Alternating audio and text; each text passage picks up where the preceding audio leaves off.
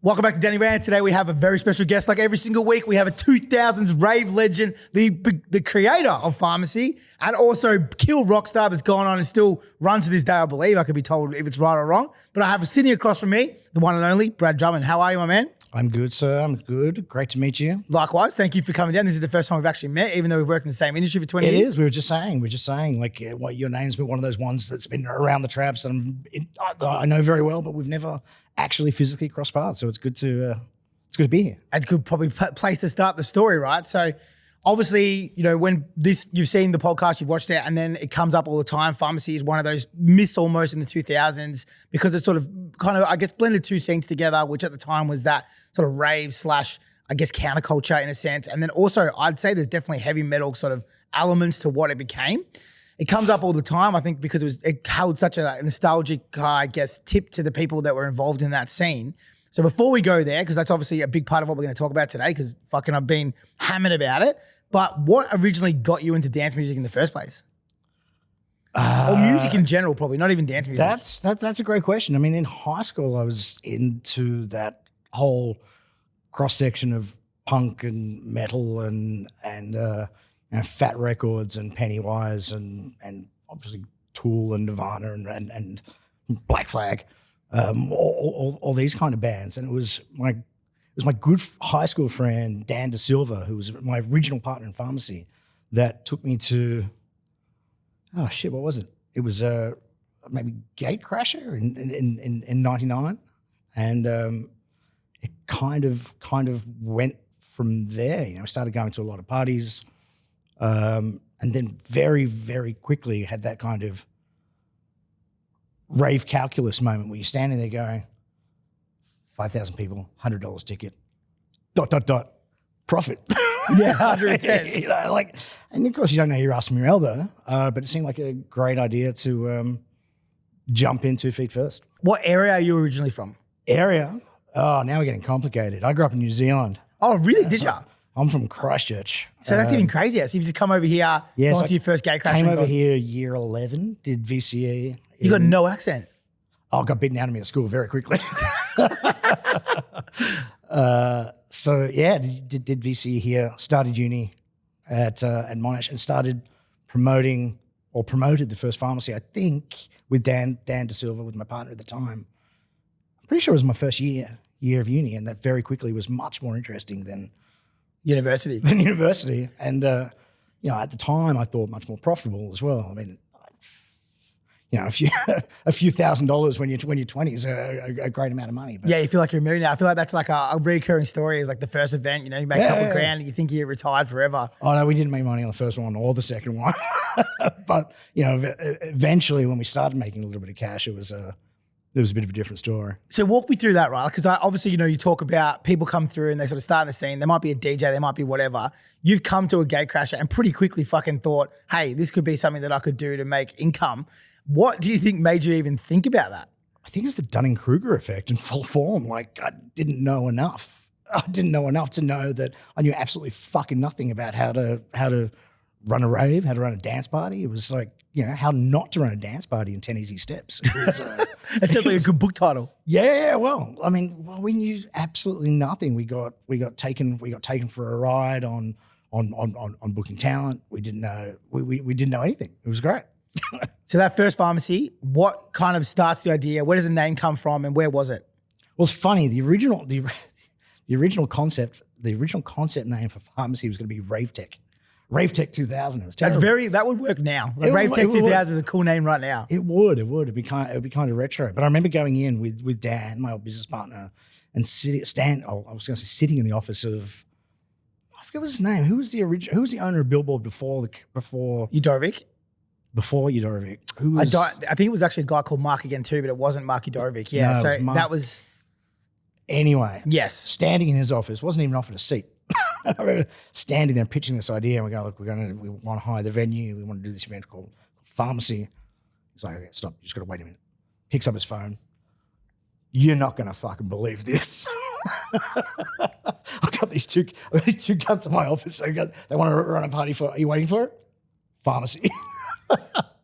But at the time, they owned the Capsule as well, was their kind of secondary venue About the same size, I think, as Billboard, but they were struggling to fill it. So they kind of threw us a bone, let us book the capsule, and that was the first event.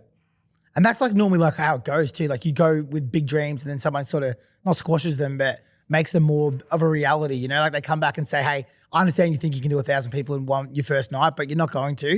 If you take 5 steps backwards, you can probably get here in 5 steps time.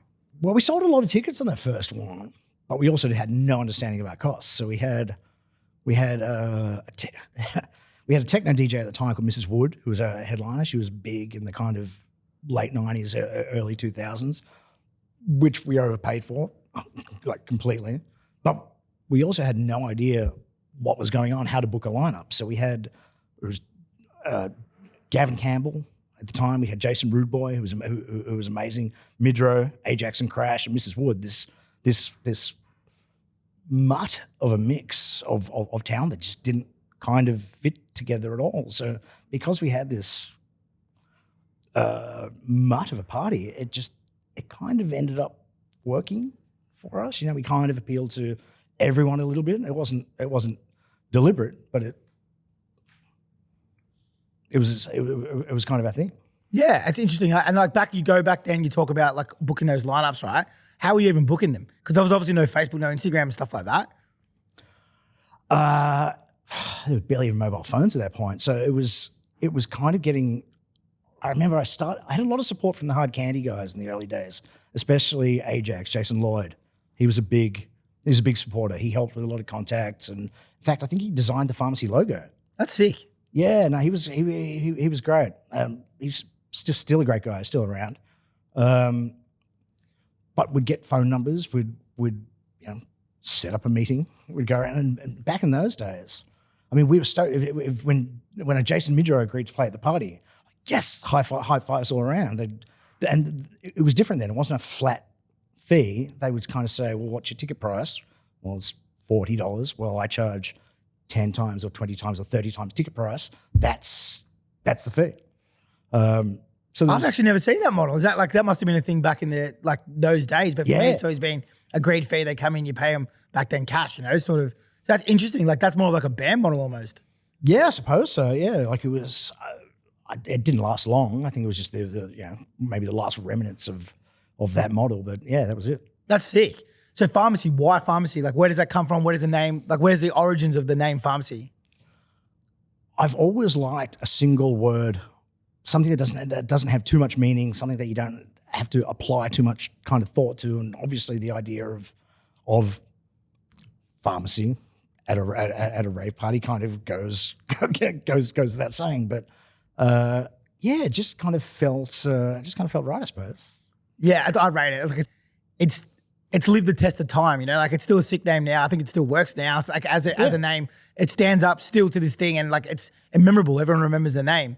I heard that you had a little bit of trouble with the name pharmacy at one point. Can you run me through that?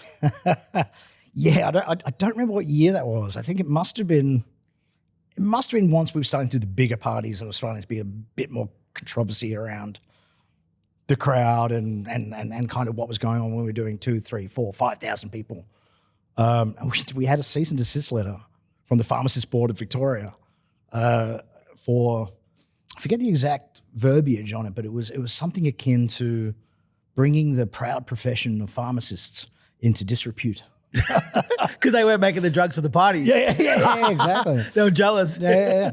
So we told them quite firmly, just fuck off. And that was it? You that last No, I haven't heard from them again. That's gold. It was a valiant effort, I'll give them that. Yeah, so you go to Capsule. Were you doing any other sort of parties or raves around that time before you sort of stepped into the bigger spaces? No, so we did the first 2 at the Capsule. The first one did quite well, but still lost money because we didn't know what we were doing. Second one we were taking for an absolute walk in the park because back then there was no social media. An international DJ was an international DJ. We didn't know the difference. So we had this lineup of just absolute nobodies that we paid through the nose for. And it was a good party, but it was a bit of a disaster. And then after that was when Tony and I, or Hellraiser, and I first connected and he came in. And that third pharmacy was the one that really started to take off. But we're also doing, I wouldn't say a bunch, but some warehouse parties and some kind of it was my wife's 18th birthday. Well, not my wife at the time, but my wife now. So we ended up throwing this last minute illegal doof in a warehouse in Port Melbourne that we thought we were so clever.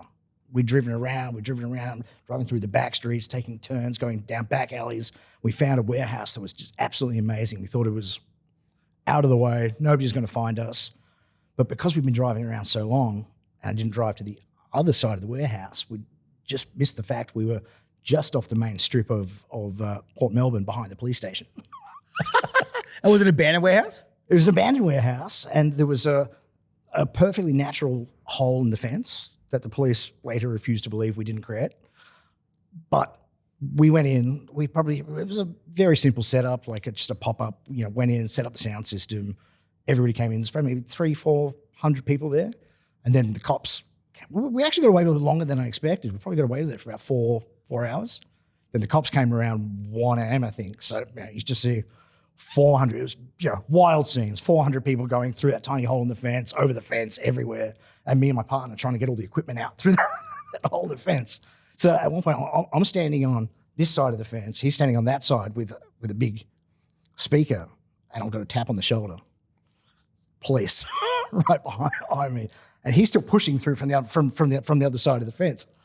And mate, we've got guests. Uninvited ones. Uninvited guests, and they were less than happy. They were trying to charge us with 500 counts of trespass. I think breaking and entering. It was fun. It was a good birthday. Yeah, so you actually got charged for it. No, we got away with it. We got away with the end. We had to be very contrite. And so run me through that. Like obviously, people from the 90s and the 2000s, this was something that was not a common occurrence, but it happened relatively regularly, right? Like these sort of pop-up illegal raves. A lot of the guys I've spoken to have discussed ones they've played at or been involved in. How the fuck did you even come up? Like, how did people come up with the idea to do that? And like, were you able to get away with it? I certainly never got away with it. I was either very poor at it or too popular, or as I explained, very bad at planning.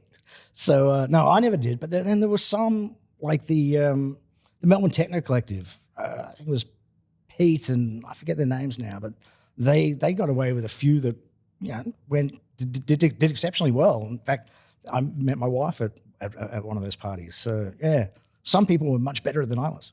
And they were just literally just driving around looking for an abandoned warehouse. Then they would just find a spot, cut a hole in the fence and run in there? Or was it like a bit more organized than that?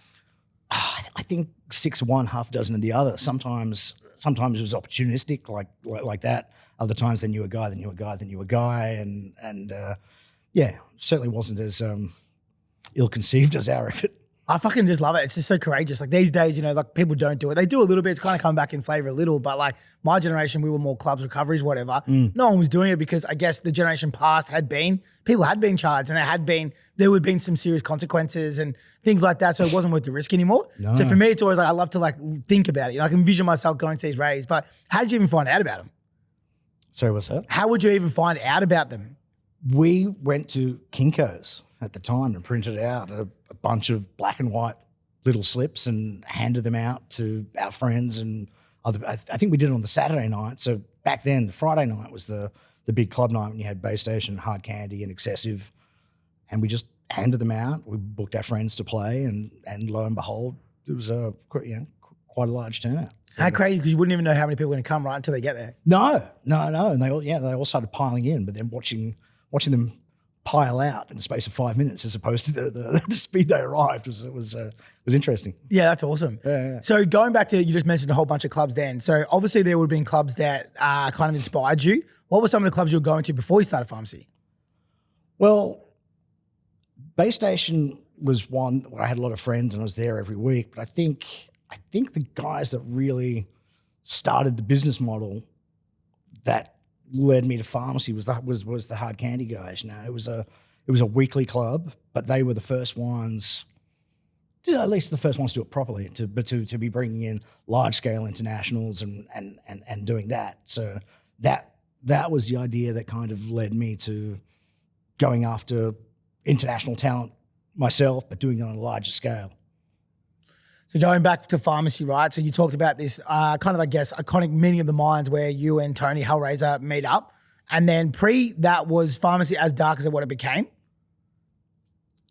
No. The first few, we had no real vision for it. As I said earlier, we didn't know what we were doing. We were just kind of putting it together on the fly. It was kind of, there was some dark elements to it. Like we had this, the first flyer was a X-ray of a pair of broken hands and a virology logo. Like, so there was some elements there, but at that stage we weren't doing the full aesthetic. We didn't have the taglines. We didn't have the full write-ups. We didn't have the visuals. We didn't have the themes. We didn't have the idea. And it was probably the meeting of the minds, I suppose, when Tony came on board and we were having these conversations and kind of big upping each other on the ideas. And I think that's where it probably took root and we actually were able to create something a little bit more interesting. Because the first time Tony played, he wasn't even, he was Hellraiser by name. He certainly wasn't Hellraiser by image. Yeah, he sort of went through this last time when I caught up with him. Yeah, no, he was wearing his McFucked t-shirt, I think, and candy bracelets. Like it was, it was definitely a process for. I think that, as I said, the two of us just kind of going. There's a confluence of ideas here. And so, what do you think made you kind of come up with those ideas in the first place? Do you think it was the inspiration from the bands and the music you listened to beforehand, or like what led you to this path of like? Even if it was other raves, what led you to this path of pharmacy and then what it becomes is this like shock jock rave genre in a sense?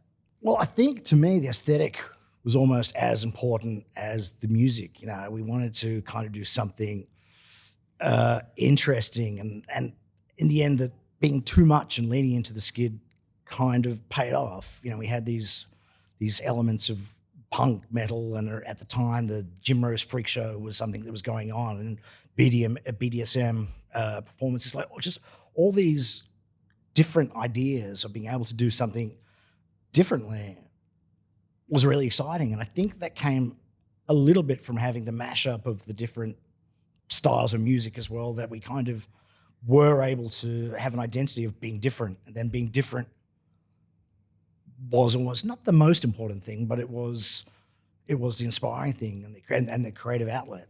Like it was an exciting time. It would have been too. Like, and obviously you guys put on a show, like as you said. So one of the biggest things with pharmacy is that you really pushed the boundaries, and even to this day, there's not really that style of stuff. I know back in the day there was like Hellfire and stuff like that, but I think there might be something around at the moment. Actually, believe it or not, there's bubbly. Oh, really? Yeah, apparently there's a bit of a BDSM underground nightclub that's playing a bit of techno for first time in 2 decades. But you guys really pushed the envelope when it came to that creativity, sometimes to the point where, it was probably on the borderline of like excessive, So can you run us through some of these things that you guys did and like how you come up with the ideas and how you push that envelope so heavily into this genre where some, like a horror movie, some people were walking out?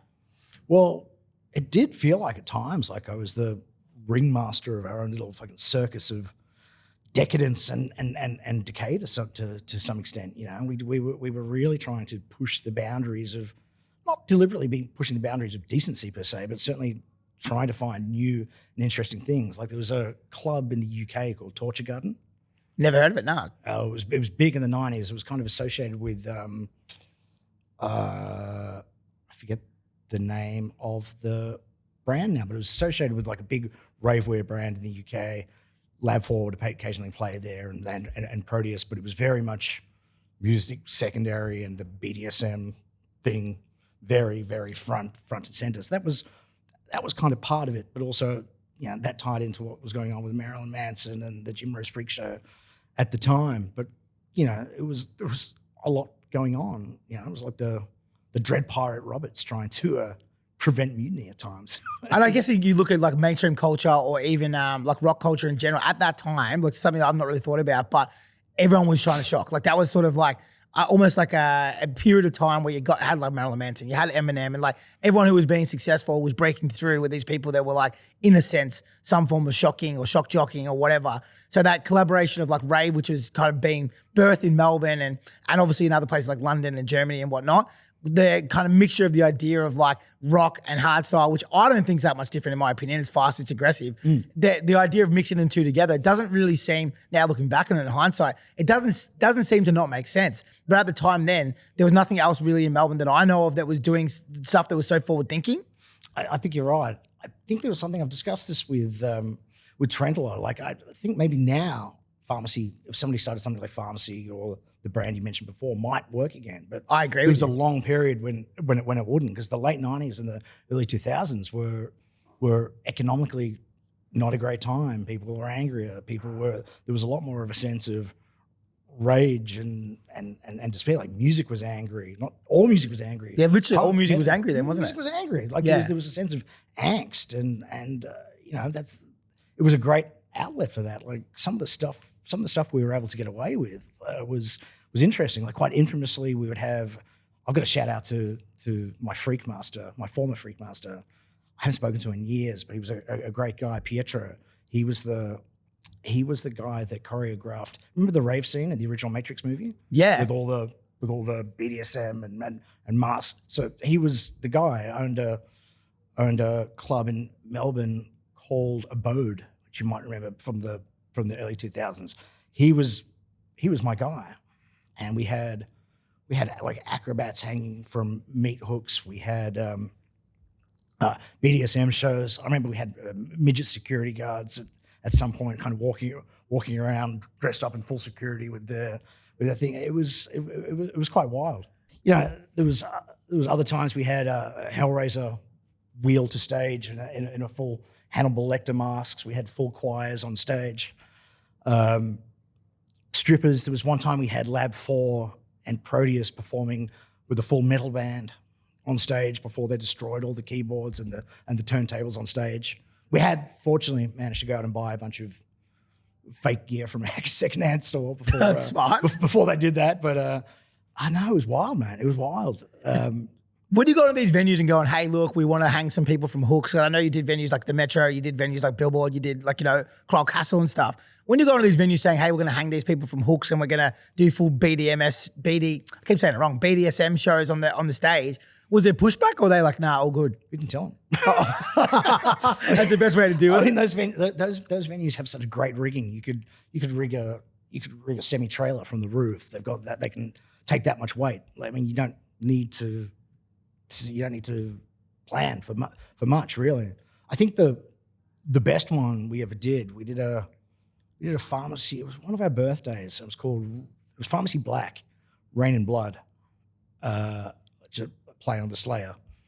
The Slayer at Festival Hall, and we had this. I suppose it would be maybe 2 by 2 meter cube setup of trussing, and in the center of that was a rigging point, to which this young, very attractive lady, with 2 meat hooks through her back, through the through the shoulder blades, was suspended from the roof. She also had piercings up both her sides, which was fully laced, and she was on each side of the cube was a minder. Let's say she was rigged into the roof and slowly started swinging faster and faster till she was out like this over the crowd, crowd, and the flesh in her back was probably extended this long while she was sucking on a lollipop, and the look in her face was pure orgasm. Wow. It was. We got a lot of comments on that one. That was that was interesting. There was a great proportion of the crowd that just went, "That was fucking awesome," and there was also a large proportion that went, "That was fucked." And then there was that perfect middle zone that basically said, "I don't know what the fuck that was." That's 100% Pharmacy. That's and the best. That was one of my favorite events. We got to do a lot of creative stuff. I've heard a story, right, that you can either confirm or deny, but I've been told by someone that there was a show that you guys did at Pharmacy where there was a bunch of like kind of people getting pulled on hooks and whatnot, and one of the DJs there said that they weren't going to continue to play if it didn't stop. Is that true? Yes. Yeah, the two stories have been molded together there as is wont to happen. So it wasn't one of those hook performances, but we did have I suppose I'd call it the unexpectedly extreme BDSM show. But we just booked this performance that was supposed to be, there was a lass in a gas mask and she'd spray on latex and she had a master and a bit of kind of, whips and chains, so to speak. It turned out to be a little bit more extreme than what we were what we were kind of expecting. And Nick Sentience was DJing at the time, and I just see him looking over at me going,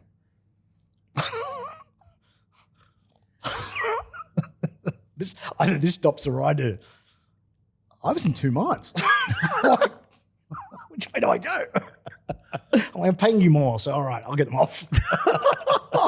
I think they came back on for Tony's set instead, though, so it was kind of it all worked out. That's going to be a 1-for-1. I've never ever heard of a DJ walking away because there's a lewd sex act happening on stage. It was much lewder than I expected. Like, like he had cock cage and like it was beyond the brief I gave. I'll give him that. So when you do it the briefs, right? Like obviously you're finding all these really weird and extreme shows and coming up with these insane ideas. How the fuck were you even curating them? Well, I'd go to Pietro. Again, I got to keep fucking name dropping this guy. He was brilliant. I'm like, shock me. Yeah, wow, that's a good brief, right? Like, shock me. That's it. Like he did all kinds of. It wasn't always just extreme things either. Like Proteus was one of our. It was a Finnish DJ that did a lot of work with us. Big stage show. Like he'd come out in leather pants, no top, covered in tattoos. He'd climb the speaker stacks. Like kind of stage dive from like insane guy. But we figured out to we managed to Pietro managed to find I don't even know what kind of snake it was, a python, a boa constrictor, something like that, which he said, look, they're deaf. They're not going to be upset by being in this club environment. So Harry Proteus, who's deathly afraid of snakes, agreed to come out to start his set with this python boa constrictor tightly around his arm and comes out to the crowd and starts his set. Well, this thing starts. It was amazing. Yeah, it's great. So they were not always, or like I said, the midget security guard was one of my favorite. That was at an early venue we used to do called the Moorabbin Indoor Tennis Centre on Cochrane's Road. And we had this guy, his name was Arthur, he's dead now. He used to, what was a really famous, little person, really famous actor. He was on Neighbours.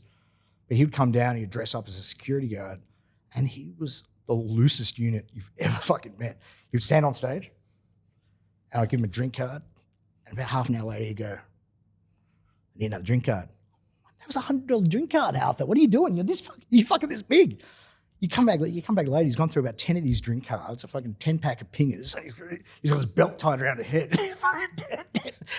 dancing on stage. So it's not, it wasn't always extreme. You know what I mean? Like it could be weird. And so did it get to a point where you couldn't push the envelope any further? Like what, or did you just continue to find new and exciting things to do and kind of deliver? No, it became hard. It became really hard. I mean, then we started doing more interesting things like at Obituary, which is a final pharmacy when we just decided to put the nail in the coffin. We did all sorts of things that night. We spent more money on production and these kind of stage elements than I think we did on talent. But I think we had a full choir come out singing Mad World. Remember the Gary Jewell cover of Mad World, that really in the minor key? Yep. I think they were singing that while Tony was wheeled on stage.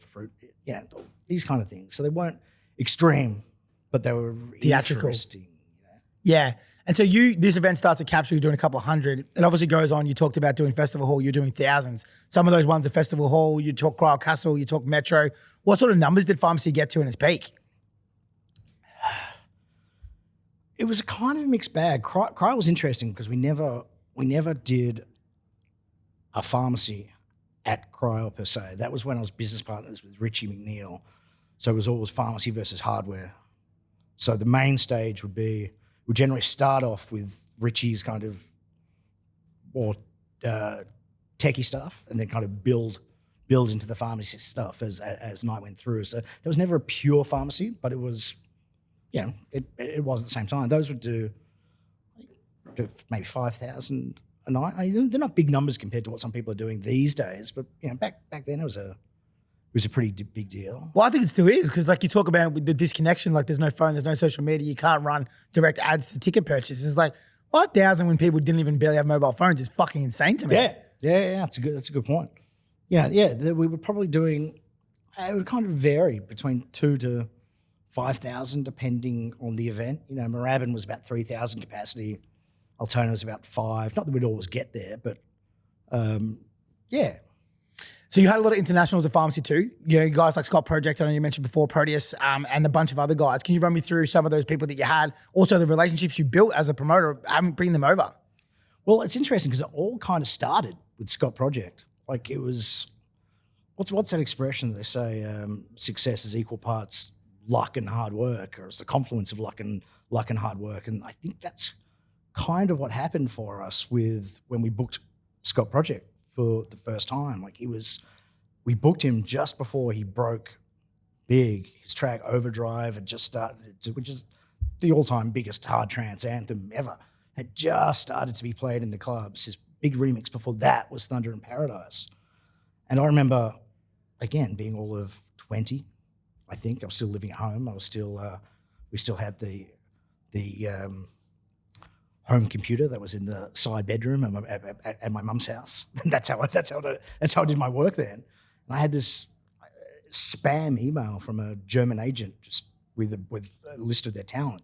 And the very last line of it was and new signing DJ Scott Project. So I've emailed this guy Nusi, I think his name was at the time. Confirmed this tour. I'm like wiring money to a to a random German company, going, "Fuck, I hope this is real." And that tour was absolutely massive, and I can't underline how big Scott Project was back then. I can't think of a comparable artist in another scene. It was groundbreaking how enormous he was, because we had Scott Project and he became very close friends. Then everybody else wanted to, all the other German hard trance DJs and associated parties wanted to come with us as well. So yeah, we had all the Tracid Tracks guys, Kai Tracid, Aces, Henderson Cold. Eventually we had the debut of Showtech, which was huge, Drummond, Yogi Beam Harmonica, Lab 4, Cosmic Gate, Uberdruck, Donkey Rollers, Zani. Like it was a great time, and all these artists wanted to work with us because they were all family, and especially the special relationship we had with the Germans, the guys that we bought at the very start, who had come to my house, had been to my parents' house. I think one of them was even there for Christmas dinner one year.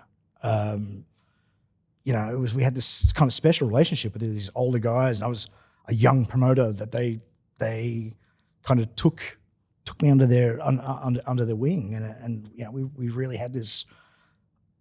I don't want to sound arrogant and say total domination, but like if you're talking market share, like in a real business sense, we were the brand that everybody wanted to play for. Yeah. And it's cool, like even watching you kind of like reflect on that, right? Because like even it's like a kinship in a sense, but those emerging artists that you bring over the first time that you might pay $1,000 or $2,000 and then they turn into a $20,000 artist, that relationship that you keep with them, there's guys to this day that I still talk to from 15 years ago that I toured in 100-person venues, So it's cool watching you reflect on it because it brought back emotion for myself. Was there other people doing the internationals to the level that you guys were in that scene, that sort of hardstyle, hard trance in Melbourne or Australia? Not really. Just to go back a section, because your point there about forging those early relationships is interesting. To this day, I'm still friends with these guys, and they still come out, and I still do a few small little parties together with Trent and Hard Candy, and these guys come out for me. They still tease me about the first tour. They're like, "Oh, you were," in this heavy German accent, "Oh, you were 20 and we met you. Your eyes are like this." And it's funny. But no, at the time, as I said earlier, Hard Candy had the business model that I found interesting. They were the ones bringing in the international talent, but it wasn't the hard trance. Hard trance was the sound that kind of came after hard house. Like they were doing Lab 4, SJ and Baby Doc. I can't even think of the names. It's not really my of course my space. But they were the ones doing it. I'm like, well, As I said earlier, I was young, dumb, and full of cum. What did I fucking know? If they can do it, I can do it. 100%. And that's exactly what we did. And we learned the hard way in a lot of senses, but at the same time, kind of going in not knowing anything, you're too dumb to know that this is risky. And at the end of the day, lean into the skid, and we accidentally broke the mold and kind of became the underground mainstream, for lack of a better word. Which is such a Melbourne thing, right? Yeah. It's like there's so many It's times. kind of like what you guys were like, the underground mainstream. That's what originally we were the underground, and then we eventually became the underground mainstream. It's the same thing, but it happens time and time again in Melbourne. Like, it's such a unique city. That's why I love it so much. But it's over and over and over again. You talk about like Richard McNeil, who was a partner of yours, you guys, Pharmacy. Then there's guys like us down the track, Loud, TFU. It's the same shit. It starts in the underground, turns into the extreme. But that's a uniquely Melbourne thing. Normally, the underground doesn't become commercial, but in Melbourne, time and time again, the underground becomes commercial. I never thought about it like that. You're absolutely right. Because when you venture out, you go to Sydney. The commercial's a commercial. Yeah. Like there's no, we could never break Sydney properly with Pharmacy. Like we did a bit. Like we had a really great partnership with Simon Coffey from Transmission, would share talent a lot. But trying to break Sydney with the Melbourne sound at the time was difficult. Tough. Yeah, still is to this day. But we mostly got there. We did really well, but we never fully broke it. But it's even right now, like this whole hard techno, hard groove sort of stuff. Like you talk about brands like Talitech, Boiler Room, whatever. It's like they're now mainstream, like that, and they're not mainstream sounds. Like if you were to play some of the stuff that's from some of these artists that are playing, like Sarah Landry, if you're a 35-year-old mom, you're like, what the fuck is this? Yeah. But they're the ones doing the big numbers. Like they're now the official fucking mainstream of the underground, which again is Melbourne repeating itself. An artist you just brought up who's super current now and still sells out shows all over the place and still plays stuff is Showtech. So you did Showtech in the early days, still fucking huge now. Obviously, anyone who knows anything about dance music, FTS is probably one of the biggest anthems that crossbreeds to every single genre. It doesn't matter if you're into house, trance, or hardstyle. It's like I used to play that in punk DJ sets occasionally, and it would still work. Yeah, there you go. Yeah, I walked out to it at a boxing fight last week. Oh, did you? Yeah. Wow. So that when you did that first Showtech show, like what was that like? Were they massive at that point? That was one of my favorite parties ever. At that point, again, we had them just on the cusp of them breaking. So Walt, who was one half of Showtech, was technically the headliner, but the Showtech set with his brother Duro was the unofficial headliner. Like that show was fucking massive. We had Walt, Showtech, Proteus, 2 or 3 other major internationals, the Pharmacy Gangbang Society, which was Hellraiser, Nick Fish, and it was a big party. And back then, you could get away, like capacities didn't really matter. They still don't. We didn't, I didn't even know that the official capacity of the Metro was 1,800. Oh, is it? Was it? Yes. Fuck, I've been there with 5,000 people many times. Yeah.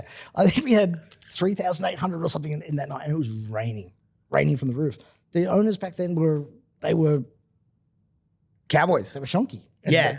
I literally didn't know that was their capacity. They told us something to the contrary. So yeah, that was probably one of my favorite gigs ever, Down with the Sickness. Like the artwork was perfect. The lineup was perfect. The performances were perfect. I think it was one of the first times we actually suspended people. What a stage to do that too. That was the fucking most epic stage walking into that joint. You remember those cast iron catwalks and that went up three stories? Yes. Just fucking I incredible. remember like when I was like, I was watching Target at the time, which is like a house artist, and Boogs, and there was a In the Mix thing, and I remember that gig. Yeah, I remember standing up on the side just looking over, but it was like, fuck man, like that venue still to this day, like is my favorite venue. There's no venue that, in my opinion, it gets close to what Metro was to me when I was like younger. I felt like I betrayed them recently. I had my tour manager booked us into the hotel that's built on the side of the Metro. I was lying in bed going, "Why you motherfuckers?" Yeah, they did us dirty, those the Chinese investors, unfortunately. Obviously, when you were running these Pharmacy gigs, you must have had some fucking wild backstage antics. Like this is the peak of realistically that rave culture in the 2000s. Is there anything you can share with us? Well, I mean, the thing was, as I said earlier, I would kind of float backwards and forwards between being part of the madness and also trying to keep the wheels from falling off. So, like, some of the backstage stuff was absolutely crazy. There was Perth DJ, and now lives in Bali. He was a very, very good friend of mine, Dr. Willis, Dave Willis.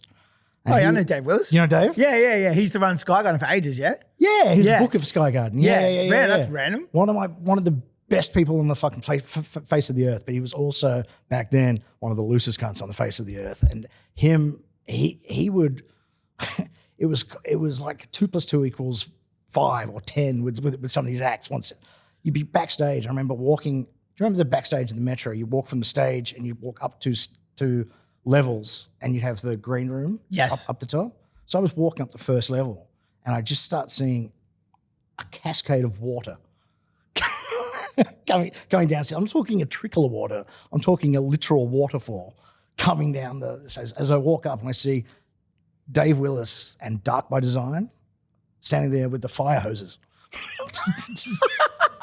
Turning them on, and I'm panicking. Going at the bottom of those stairs is all the stacks and racks.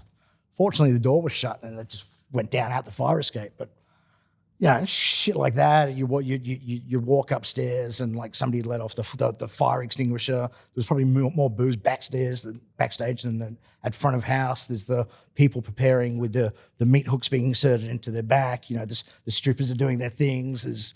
It was a wasteland of seeming debauchery at some points. I remember after a certain hour, when you go past a certain number of beers and whatever else, that you'd forget to go out front for the rest of the night.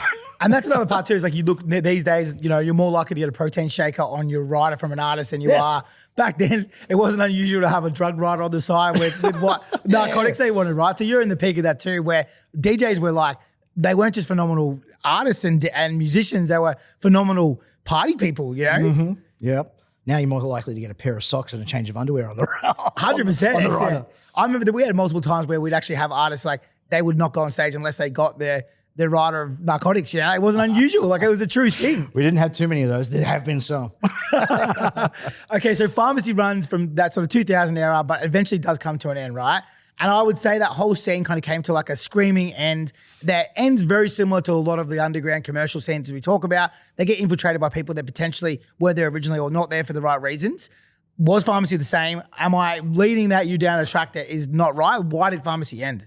No, I mean, yes and no. Like there's kind of, I don't want to conflate too many things that were all kind of going on at the same time into one oversimplified explanation. I mean, you can't say that scene came to a screaming end because Hard Candy are still doing it and crushing it. That's a really good point. I got bored.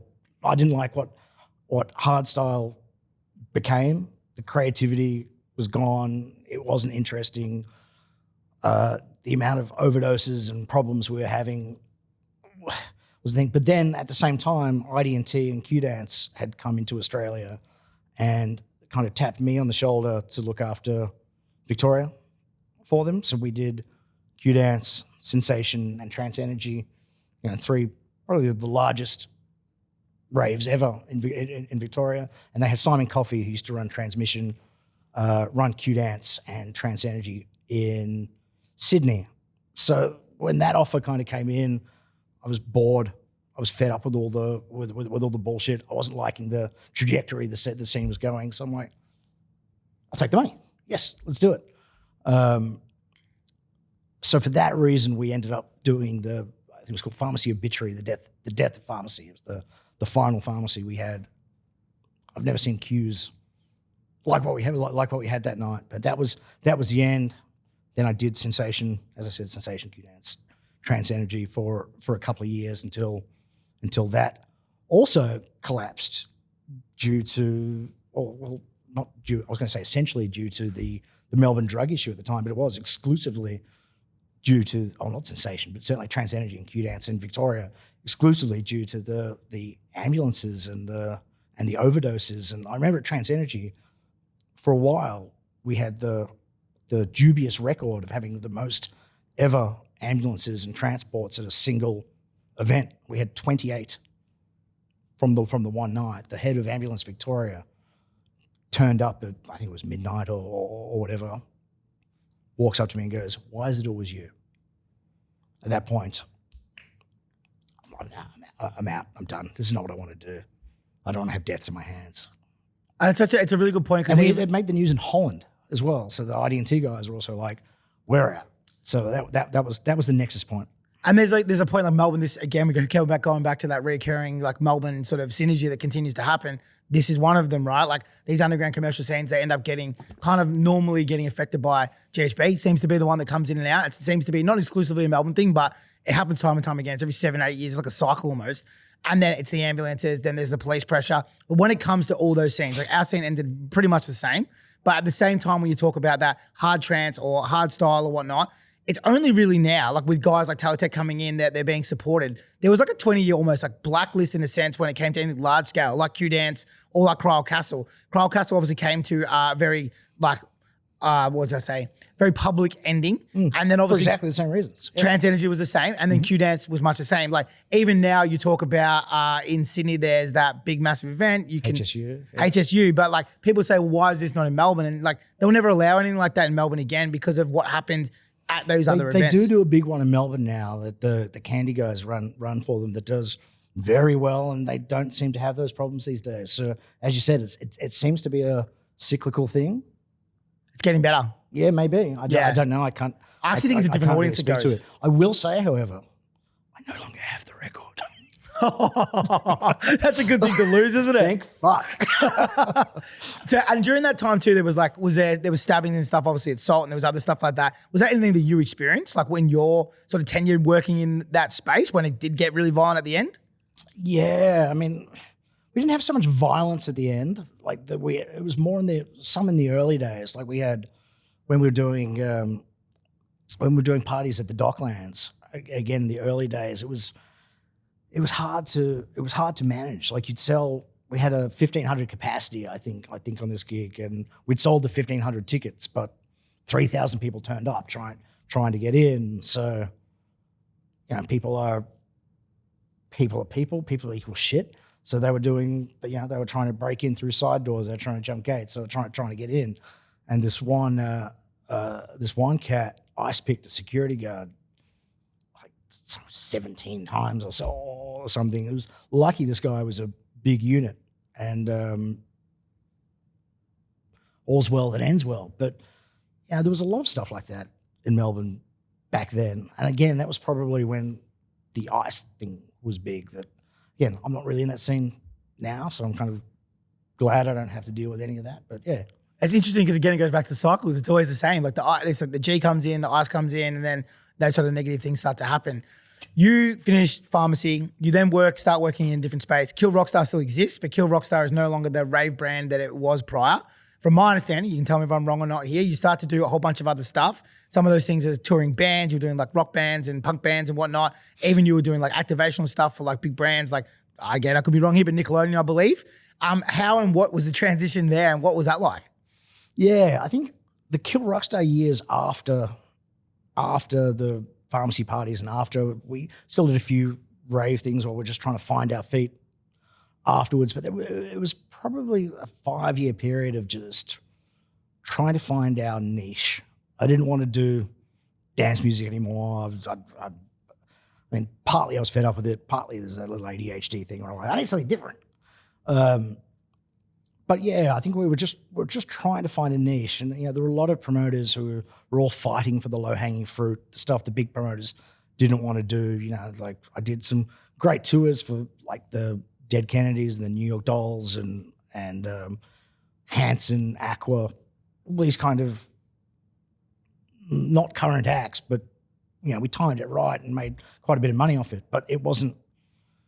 It was a means to an end, I suppose. And yeah, when we started doing Nickelodeon Slime Fest, did that for 2, 3, 4 years. And then we really kind of found our niche in doing comedy and emerging platforms. So YouTube talent, podcast talent, as a comedy speakers. And I think hang on. So it was probably around 2014, I think we folded Kill Rockstar and started a more family-friendly. I was going to say, like, I feel like people are going to be surprised that the guys who did pharmacy, that bought you pharmacy, also bought you Nickelodeon Slime Fest. So at that point, it probably makes sense to collapse it and start something new. Yeah, exactly. So we started Nice Events.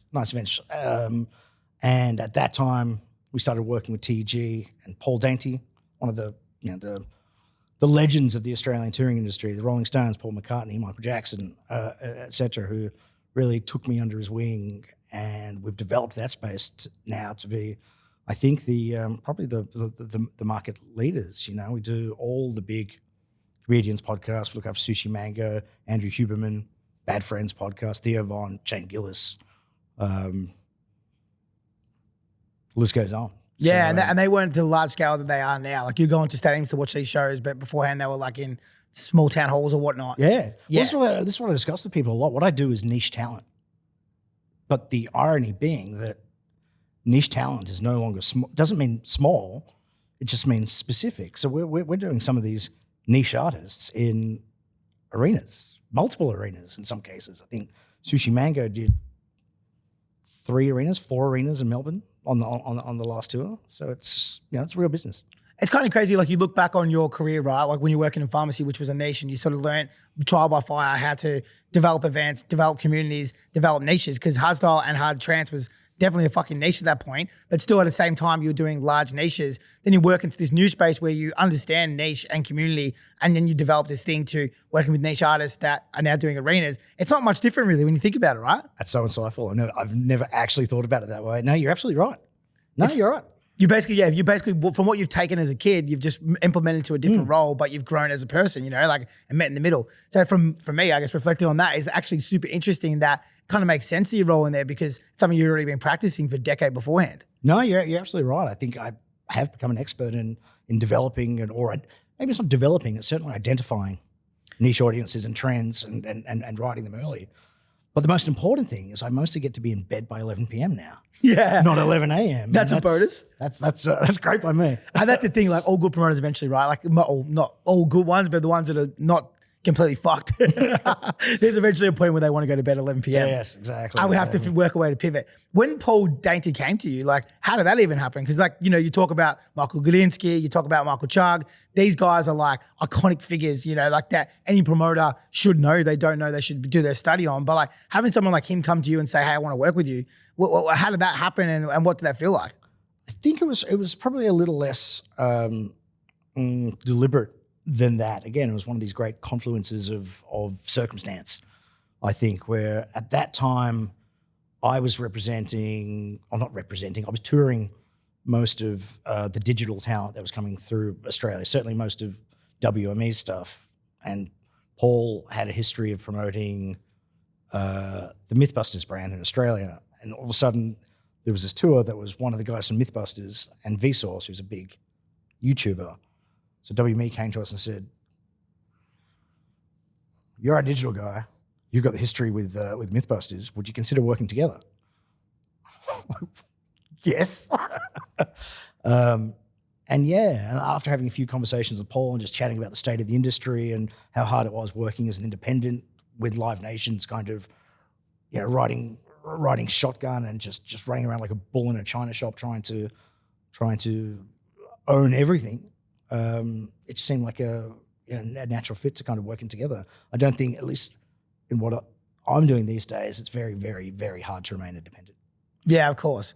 And especially, I think in general, like you look at the overall industry, like even myself, and probably why there's less stories of guys like us who start from nowhere with 100-person rooms and move into these 5,000 people kind of capacities, even larger.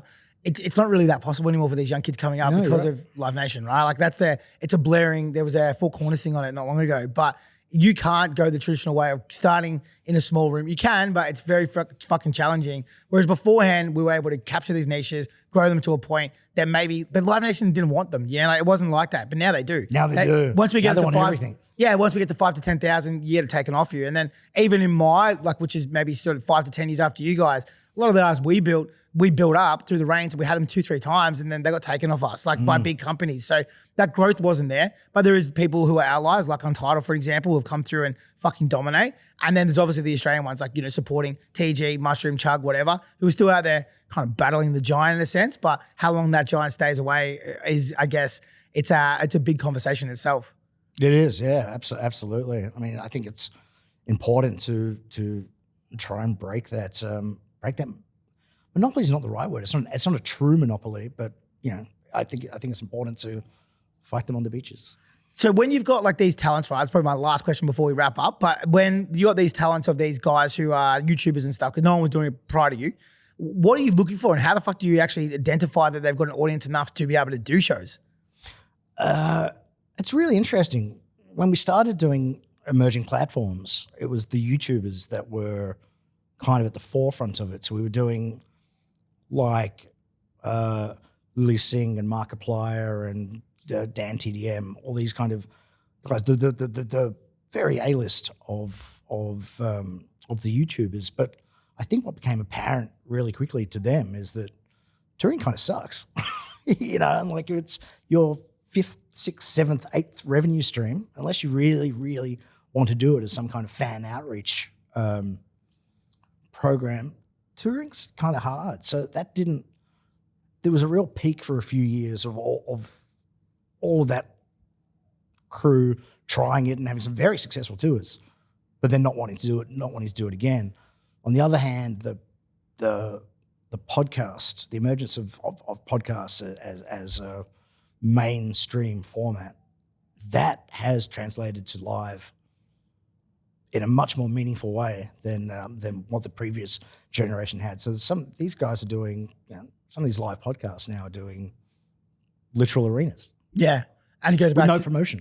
Yeah, and it goes back to Underground Commercial. Yes, yeah, absolutely. It starts full circle. I like it. Yeah, it's full circle, right? It starts at Underground and now it's gone to Underground Commercial. And we all know that podcasts are literally beating the CSAs and the networks, and especially in Australia, obviously all over the world now too. But it's a wild thing. So looking back on your reflection of your career, I guess, going in from the sort of the techno stuff into where you are now, how hard or challenging has it been, or rewarding probably is probably a better term for it, working in something from say 20 years old or 19, whenever you started, still to this day, like in music or in entertainment? Is that something that you reflect on and would change that path, or is it something that you're sort of happy that it happened and you're so thankful for where it's taking you and the experiences and the crazy stories you've probably been able to gather from it? I don't think I would change anything. I mean, I don't think. I've never had a job per se. I mean, I had a few early jobs working projection in cinema and doing some call center stuff when I was 19, 20, 21, but I've not had to work for somebody else for my entire career. I've had my partnerships, whether it was with Richie or the IDT guys and now Paul, but I've ultimately been able to remain my own boss. And that's something I'm eternally appreciative of. I mean, I've made some decisions through the years that I go, well, that was kind of fucking dumb. But at the same time, it's led me to where I am now, and I'm very, very happy with what I'm doing. So no, I don't think, I mean, it's easy to say that, but I don't think I would change anything.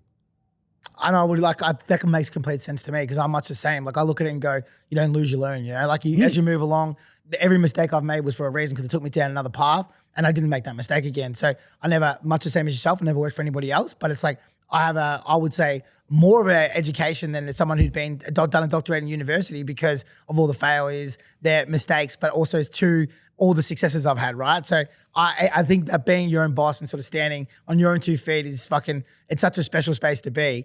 And when you don't feel like you're working, it makes life so much fucking easier. Yeah, exactly right. There's no better way to learn a lesson than losing 6 or 7 figures. And if you're a promoter, it's going to happen. Repeatedly. It's actually inevitable. I always say to people, there's better, then people say, I want to do a festival, I want to work in entertainment. I'm like, mate, there's better ways to lose money. Just take it to the casino. Yeah, exactly.